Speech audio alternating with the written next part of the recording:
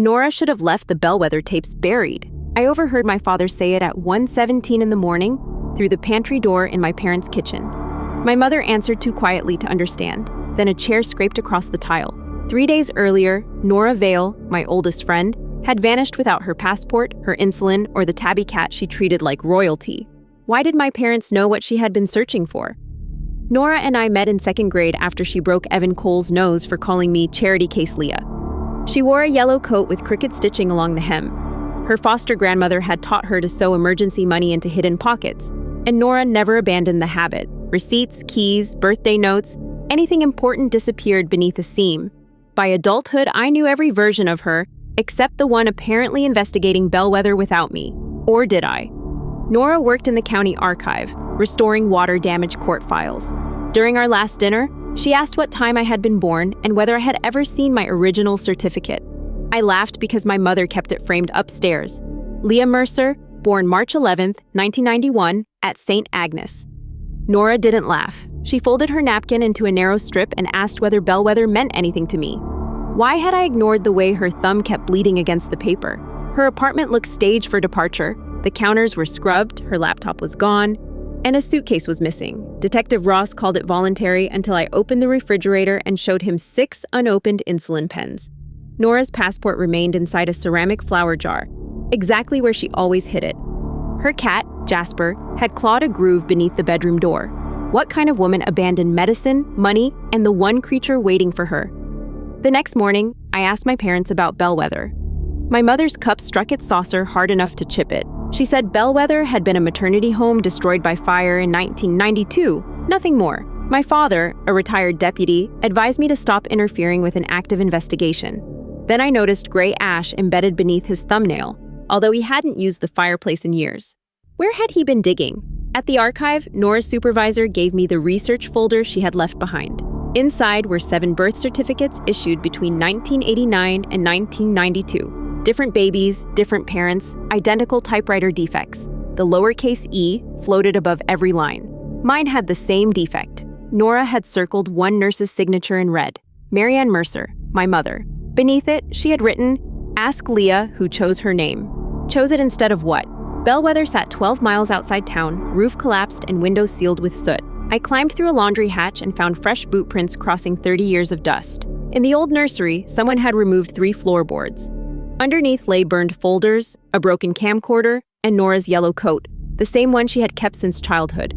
The lining had been sliced open, but one crooked section of hem remained untouched. What had Nora hidden where only I would look? Inside the hem was a micro SD card wrapped in wax paper. I played it on Nora's old camera. Scanned ledgers appeared first.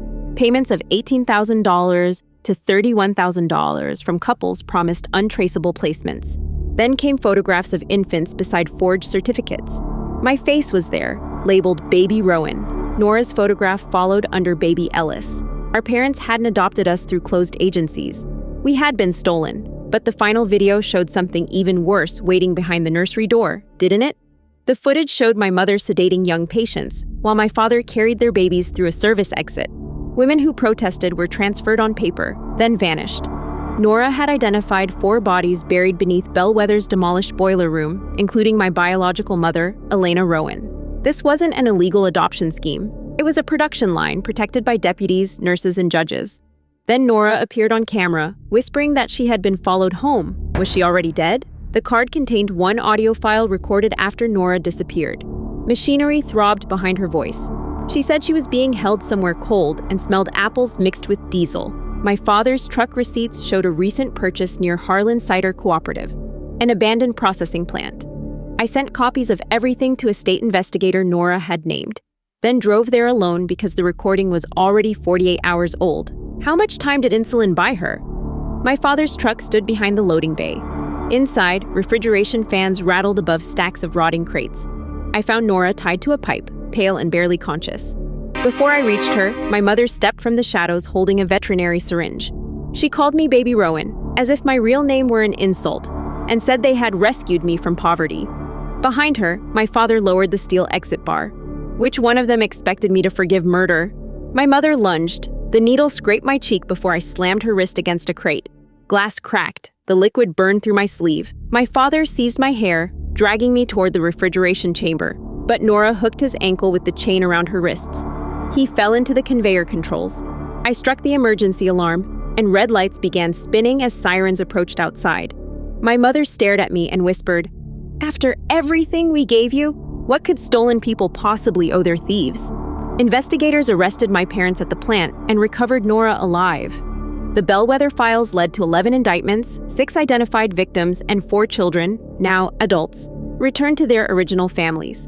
My father accepted life without parole. My mother received 87 years after Nora testified with the yellow coat folded beside her on the witness stand. Justice arrived, but what name was I supposed to carry out of that courtroom? A year later, Nora and I visited Elena Rowan's grave, and I tucked my corrected birth certificate into the coat's hidden seam. My hand still shook, but Nora stitched the opening closed with yellow thread, each pull tight and deliberate. They stole my beginning, not my name,